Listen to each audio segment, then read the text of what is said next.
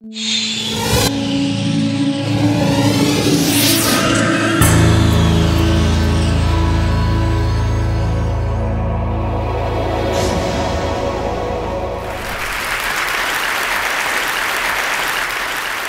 a writer and a journalist, and I'm also an insanely curious person.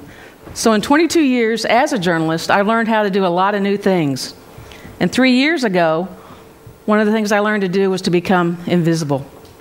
I became one of the working homeless. I quit my job as a newspaper editor after my father died in February of that same year and decided to travel. His death hit me pretty hard, and there were a lot of things that I wanted to feel and deal with while I was doing that. So I've camped my whole life, and I decided that living in a van for a year to do this would be like one long camping trip. So I packed my cat, my Rottweiler, and my camping gear into a 1975 Chevy van, and I drove off into the sunset, having fully failed to realize 3 critical things. 1, that society equates living in a permanent structure, even a shack, with having value as a person. 2, I failed to realize how quickly the negative perceptions of other people can impact our reality if we let it. And 3, I failed to realize that homelessness is an attitude, not a lifestyle. At first, living in the van was great. I showered in campgrounds, I ate out regularly, and I had time to relax and to grieve. But then the anger and the depression about my father's death set in. My freelance job ended, and I had to get a full-time job to pay the bills. What had been a really mild spring turned into a miserably hot summer, and it became impossible to park anywhere without it being very obvious that I had a cat and a dog with me, and it was really hot. The cat came and went through an open window in the van. The doggy went into doggy daycare, and I sweated. Whenever I could, I used employee showers in office buildings and truck stops, or I washed up in public restrooms. Nighttime temperatures in the van rarely dropped below 80 degrees Fahrenheit, making it difficult or impossible to sleep. Food rotted in the heat.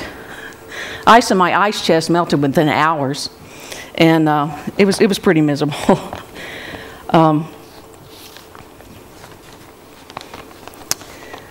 I couldn't afford to find an apartment, or couldn't afford an apartment that would allow me to have the Rottweiler and the cat, and I refused to give them up.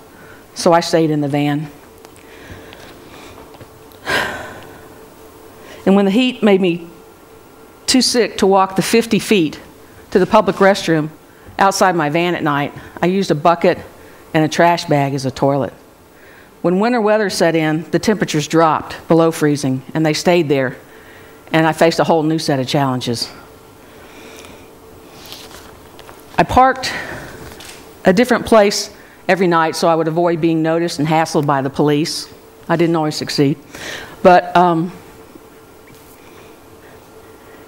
I felt out of control of my life. And I don't know when or how it happened, but the speed at which I went from being a talented writer and journalist to being a homeless woman living in a van took my breath away. I hadn't changed. My IQ hadn't dropped. My talent, my integrity, my values, everything about me remained the same, but I had changed somehow. I spiraled deeper and deeper into a depression, and eventually someone referred me to a homeless health clinic. And I went. I hadn't bathed in 3 days.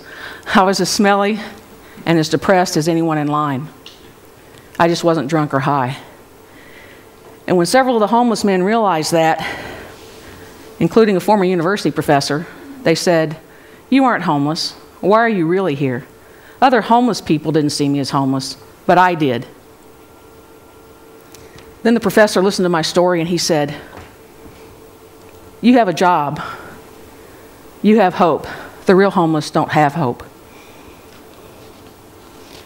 A reaction to the medication the clinic gave me for my depression left me suicidal, and I remember thinking, if I killed myself, no one would notice.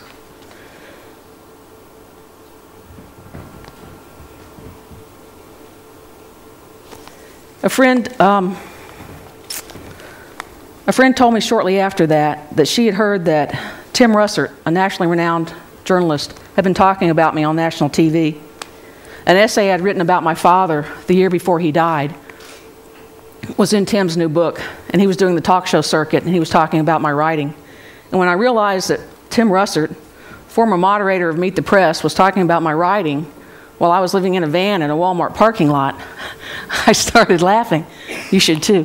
I started laughing because it got to the point where, was I a writer or was I a homeless woman?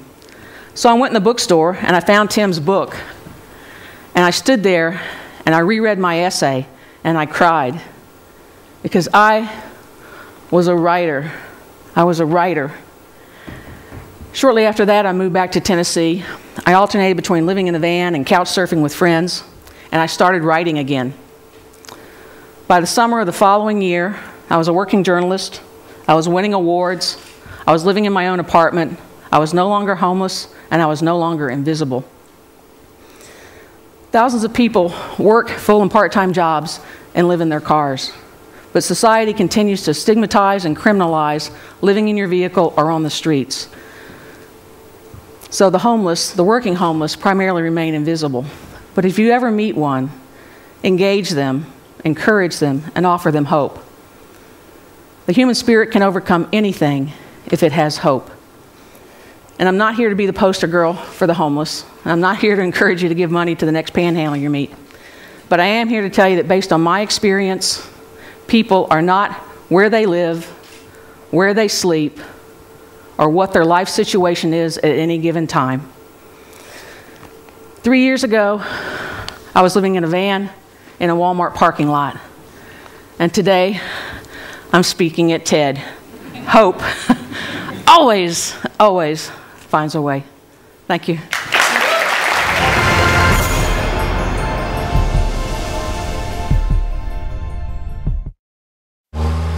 Traffic is a global epidemic. US traffic is creating 45% of the world's air pollution. In the UK, time wasted in traffic costs $20 billion a year. Would you pay for cleaner air and a faster commute? Stockholm put it to a vote. I voted for it, yes. I voted for it. I vote for it. We're not old enough to vote. We had to do something in Stockholm to improve the environment and to get a better flow in the traffic. We put a price on taking your car into the central parts of Stockholm, and we call that congestion charges. If you start a system like this and it doesn't work on the first day, then you will be in big trouble. It must be perfect from day one. There are 18 entry gates to the city. Each is equipped with cameras. Pictures are taken of the rear and front license plates. These pictures are sent to a central system that identifies the license plates and makes sure that the right person pays for the right passages. One of the obstacles we overcame was the OCR, the optical character reading of the license plate. We went out to IBM's global organization and the R&D centers and find a very good software we could use, and we managed to implement it in 2 months' time. This is the heart of the system where all images and passages are being processed. Over 99% of all pictures are correctly identified. No, it's nice. This is how it should be all the time. Behind me you can see the traffic, and the clock is 6 p.m. Before we had the congestion charging, the traffic was queuing up at this time of the day.